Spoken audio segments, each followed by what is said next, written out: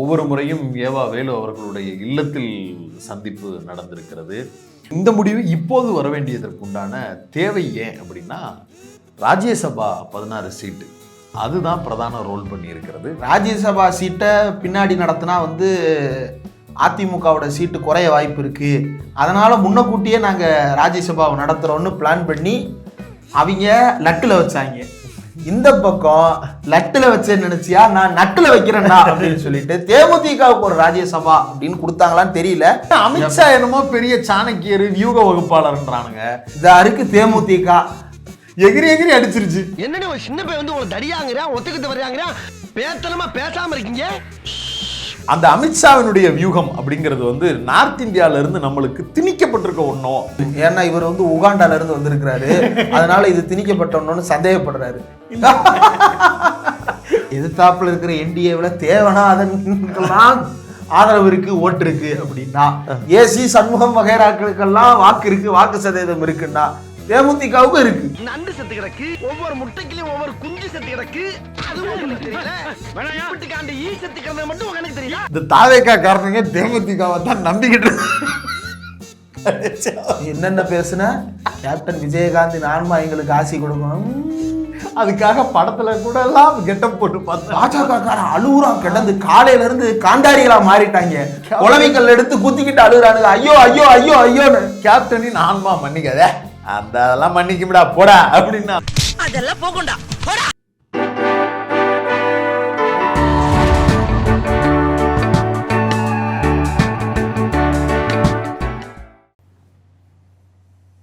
At last பழம் நழுவி பாலில் விழுந்தது.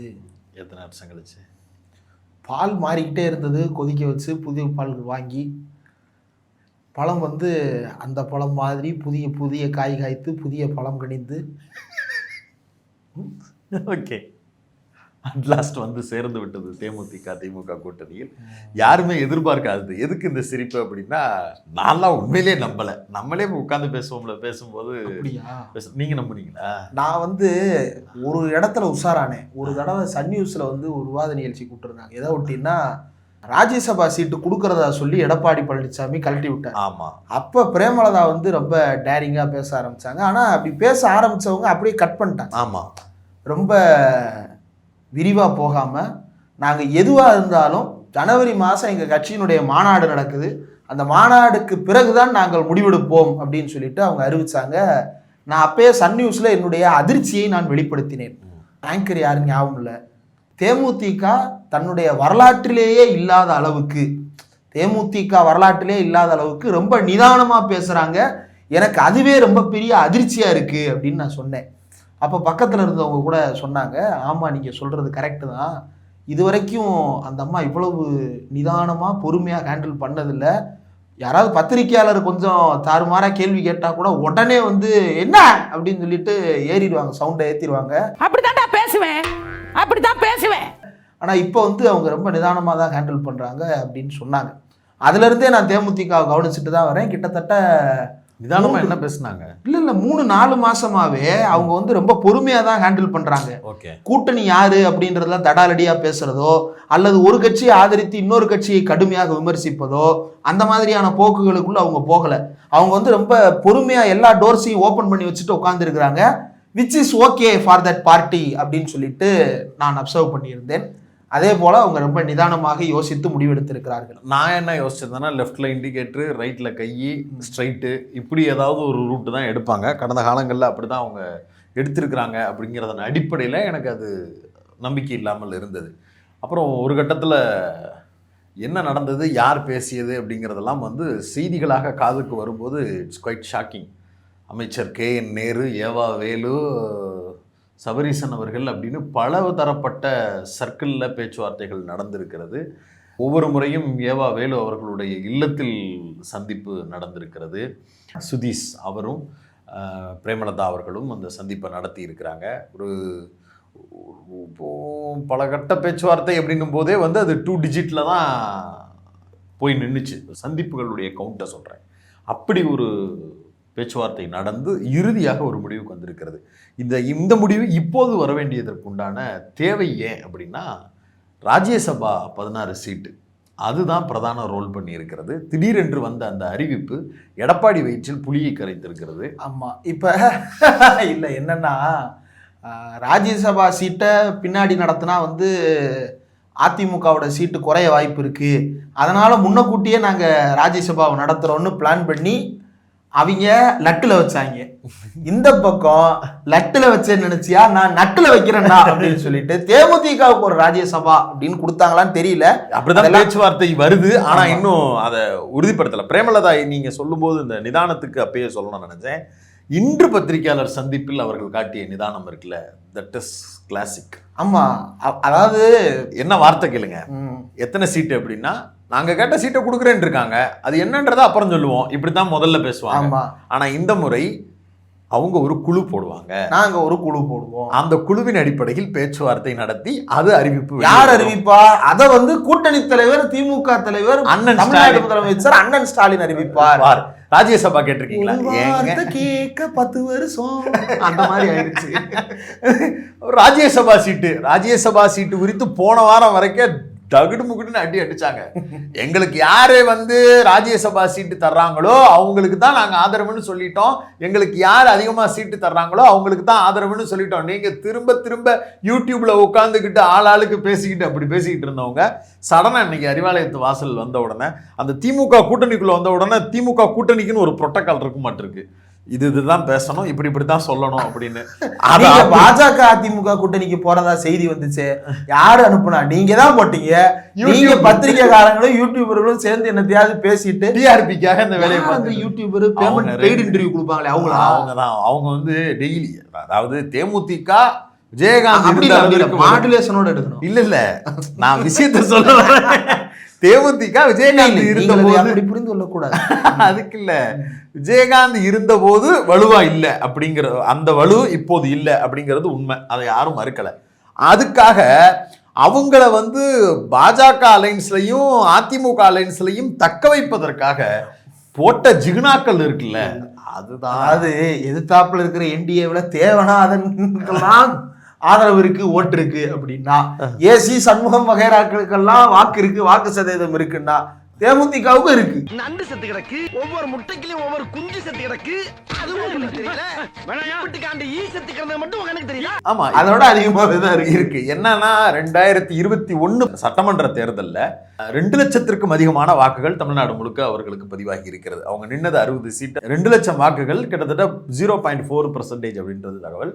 பார்லிமெண்ட் எலெக்ஷனுக்கு 2% வாக்கு அவர்களுக்கு இருக்கிறதாக பார்க்க முடிஞ்சது. அதுலேயும் குறிப்பா விருதுநகர்ல ஒரு மாபெரும் மகத்தான மனிதருக்கு பயங்காட்டி முறைக்கிறார்ல சார், அவரு சில 100 வாக்குகள் வாங்கன்னு போய் ஓட்டு போட்டு, நான் வந்து கூட்டணியை தான் பார்ப்பேனே தவிர. சரி, இப்ப இவர் தொகுதியில இல்ல துறை வைக்க நிப்பாட்டினா இவர் என்ன பண்ணுவாருன்னு கேளுங்க. பல வருஷமா நாங்க மதிமுகல எங்கள் அண்ணன் தானை தலைவன் புதூர் பூமிநாதன் அவர்களுக்கு தான் வாக்கே.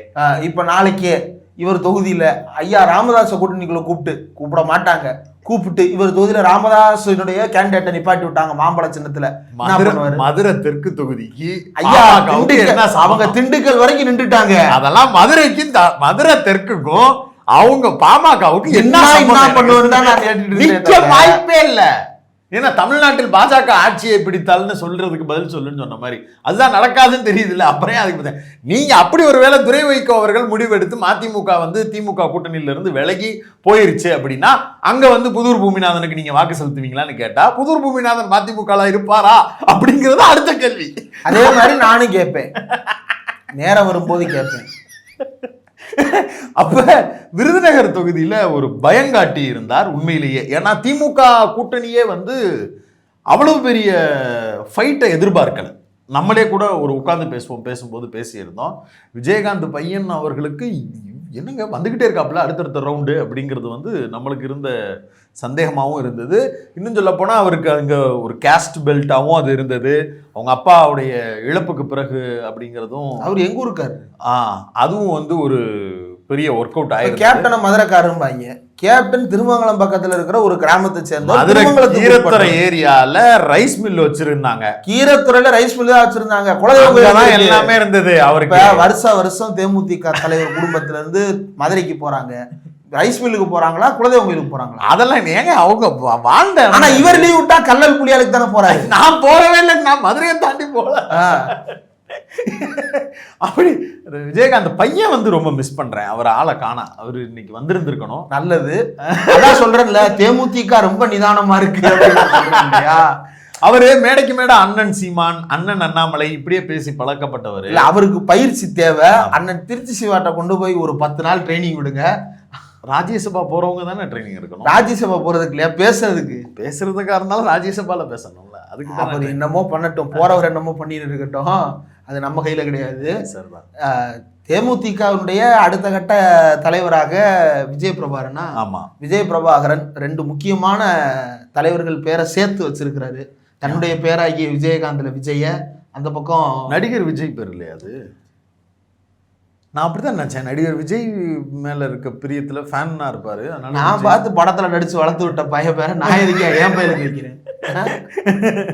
எனக்கு என்னன்னா, இந்த தாவேக்கா காரணங்க தேமுதிகவை தான் நம்பிக்கிட்டு என்னென்ன பேசுன கேப்டன் விஜயகாந்த் ஆன்மா எங்களுக்கு ஆசி கொடுக்கும். அதுக்காக படத்துல கூட எல்லாம் கெட்டப் போட்டு பார்த்தேன். பாஜக அழுகுறான் கிடந்து, காலையில இருந்து காந்தாரிகளா மாறிட்டாங்க. குழவைகள் எடுத்து குத்திக்கிட்டு அழுகுறானுங்க, ஐயோ ஐயோ ஐயோ ஐயோன்னு. கேப்டனின் ஆன்மா மன்னிக்காத, அந்த அதெல்லாம் மன்னிக்கும்டா போடா அப்படின்னா அதெல்லாம் போகண்டா.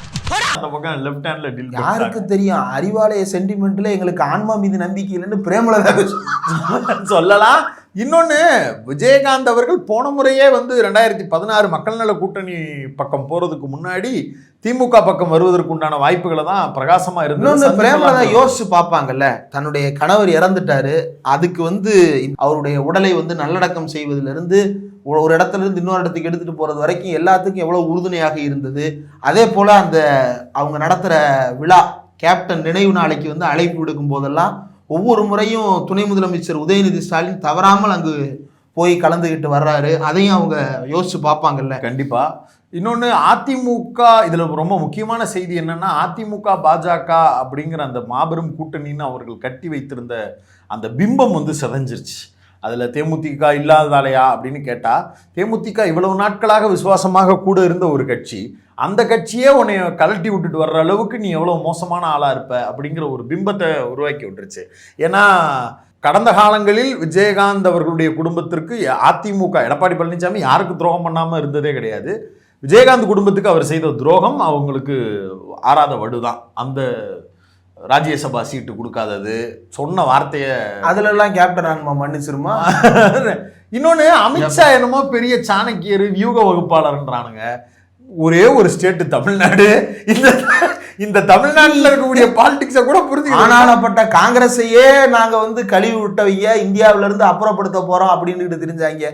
இந்த அருக்கு தேமுதிக எகிரி எகிரி அடிச்சிருச்சு. என்னடி ஒரு சின்ன பையன் வந்து உங்களை தடியாங்கிறா, ஒத்துக்கிட்டு வர்றாங்கிறா, பேத்தனமா பேசாம இருக்கீங்க. அக்காவும் தம்பியுமா சேர்ந்து வாயில மண்ணள்ளி போட்டாங்க.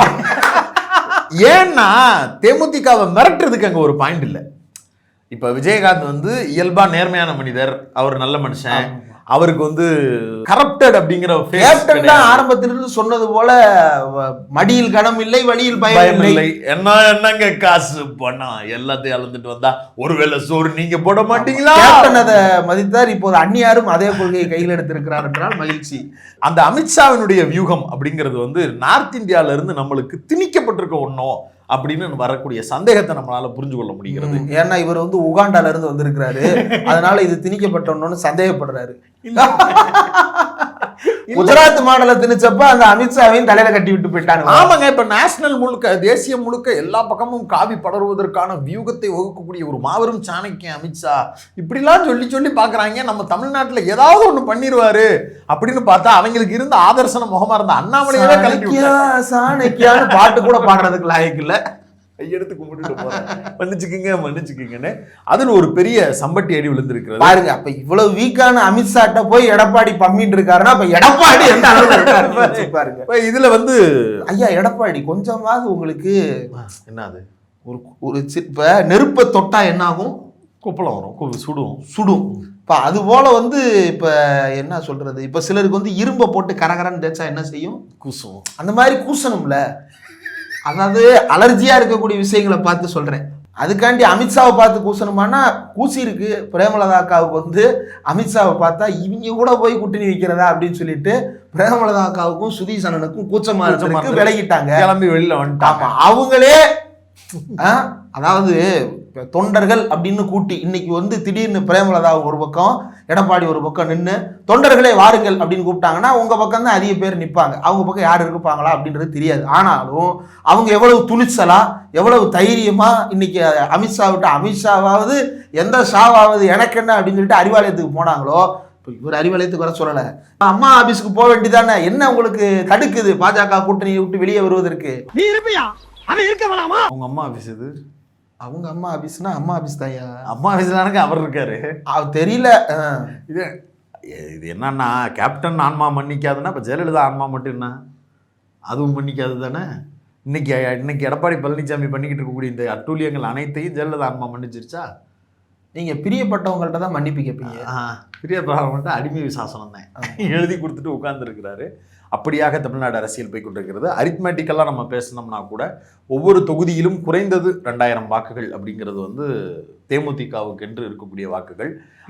கடந்த காலத்துல தேமுதிகவுக்கு ஒரு மவுஸ் இருக்கதான் செஞ்சது. நான் வந்து கணக்கு பண்ணி பார்த்திருக்கேன். பல தேர்தல்கள்ல பல இடங்கள்ல தேமுதிக வந்து ஒரு ஓட்டை வந்து ஸ்பிளிட் அப் பண்ணி ஒரு ஸ்பாய்லரா நிறைய இடங்கள்ல விளையாண்டுருக்காங்க.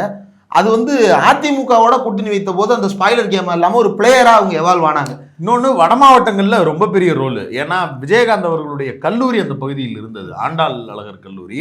அந்த கல்லூரியில் படிக்கக்கூடிய மாணவர்கள் அனைவருடைய குடும்பங்களும் அந்த கல்லூரியால் பயன்பெற்றார்கள். அதனால வாக்குகள் முழுக்க பாமகவுடைய பெல்ட்டை காலி பண்ணாங்க. ஆமா, ஏன்னா பல கல்வி தந்தைகள் இருக்கிறாங்க. எந்த கல்வி தந்தையை பத்தி நீங்க எந்த மாணவரை தனியாக கூப்பிட்டு கேட்டாலும் கழுவி தான் ஊத்துவாங்க. ஆனா நீங்க விஜயகாந்தை பத்தி அப்படியானதை ஆண்டாளர் கல்லூரியில கேட்கவே முடியாது. அதனாலதான் அந்த கல்லூரி பாவம் நட்டப்பட்டு இப்ப கல்லூரியை வந்து சேல் பண்ணிட்டாங்கன்னு நினைக்கிறேன். வேற யாருக்கும் கைமாத்துறாங்களா என்னன்னு தெரியல. அது ஒரு பக்கம் போயிட்டு இருந்தது. அந்த இடத்துலலாம் வந்து பாமகவை தாண்டி ஒரு ரோல் வந்து தேமுதிகவுக்கு இருக்கு. அதனாலதான் பாமகவுக்கு விஜயகாந்த் மேல தொடர்ச்சியான காண்டு இருந்துகிட்டே. ஆக்சுவலா வாயில முகத்திலே அடிச்சுக்கிட்டு அழுக வேண்டியது ராமதாஸ் ஐயா தான். ராமதாஸ் ஐயா ஆல்ரெடி வயதுல இப்படி ஒரு பிள்ளைய பெத்துட்டோமே, இப்படி ஒரு பிள்ளைய பெத்துட்டோமே. இல்ல இப்ப ஏற்கனவே வந்து பாமகவுக்கு இருந்த செல்வாக்கை வந்து அடிச்சு துவம்சம் பண்ணி காலி பண்ணது விஜயகாந்த்ன்றது நம்ம நாடறிந்த உண்மை. இப்ப மறுபடியும் அதே மாதிரியான ஒரு சம்பவம் நடக்க போது இப்ப அன்புமணி வகுத்தில் அடிச்சுக்கிட்டு அழுவணும், ஐயோ ஐயோ ஐயோன்னு. இப்ப என்னன்னா மவுசு அன்புமணிக்கு அந்த கூட்டணியில கூடுது. எப்படி கூடும்? ஏன்னா இந்த பாமக பெல்ட் தேமுதிக பெல்ட்ல இருக்கக்கூடிய ஒட்டுமொத்த வாக்குகள் இருக்கு, அந்த வாக்குகள் இருக்கு. இப்ப வந்து பாமக கேண்டிடேட் நிக்கிறாரு, எதிர்க்க ஒரு தேமுதிக கேண்டிடேட் நிக்கிறாரு அப்படின்னா அதிமுகவும் இந்த பக்கம் பேலன்ஸ், அந்த பக்கம் திமுக பேலன்ஸ் அப்படி வச்சுக்கலாம். ஆனா கூடுதலா இப்ப பாமக நிக்குது அப்படின்னா பாமகவுக்கு ஆதிதிராவிடர் மக்கள் ஓட்டு விழுகாது, பழங்குடியின மக்கள் ஓட்டு விழுகாது, சிறுபான்மையினர் ஓட்டு விழுகாது, அங்கேயே பக்கத்துல இருக்கக்கூடிய இன்னொரு இடைநிலை சமூகமான நாயுடு நாயக்கர் அவங்களுடைய வாக்குகள் விழுகாது. ஆனா இங்க அப்படி கிடையாது. இவங்களுக்கு வந்து ஒரு நியூட்ரல் ஃபேஸ் வேல்யூ இருக்குது தேமுதிகவுக்கு. விசிக பேக்கப் பண்ணுது, திமுக பேக்கப் பண்ணுது. அப்ப வன்னியர்களிலேயே வெகு குறிப்பிட்ட சில சதவீதத்தினர் மட்டும்தான் வந்து அன்புமணியின் பக்கம் இருக்க போறாங்களே தவிர அதை தவிர்த்து இருக்கக்கூடிய எல்லா பேரும் ஒன்றுபட்டு இந்த பக்கம் நிக்கிறாங்க. அது மறுக்கல. ஆனா என்னன்னா விழுகிற ஓட்டையும் தனக்கான ஓட்டு அப்படின்னு சொல்ல வேண்டிய நெருக்கடி அவருக்கு இருக்கு. அந்த ஒரே வாய்ப்பு அவரை விட்டா அவங்களுக்கும் வேற யாரும் கிடையாது. இப்ப அன்புமணி இல்ல, அவருக்குன்னு இருந்த வாக்கு எங்க போகும்? ஏற்கனவே ராமதாஸ் ஐயா பாதியை பிச்சுக்கிட்டு எங்க கொண்டு போய் லேண்ட் பண்றதுன்னு தெரியாம கையில வச்சுக்கிட்டே சுத்திக்கிட்டு திரியிறாரு. இந்த ஏரியால எல்லாம் குச்சியில வச்சு ஒரு ஜவ்வு மிட்டாயை வித்துக்கிட்டு மீசை வரைஞ்சு தர்றேன், கை கடிக்க வச்சு தரேன் ஒரு ஐயா வருவார்ல, அது மாதிரி ஐயா வந்து என்கிட்ட தான் கட்சி இருக்கு, என்கிட்ட தான் எல்லாரும் இருக்கிறாங்க, என்னை யாராவது வாங்கிக்கிங்க, என் கூட யாராவது கூட்டணிக்கு வாங்கன்னு எல்லா பக்கமும் போய்கிட்டு இருக்காரு. அந்த திருவிழா மிட்டாய் என்னைக்காவது ஒரு நாள் வித்துருச்சுன்னா அதுவும் இல்லை, முதலுக்கு மோசம் போயிரும்ல.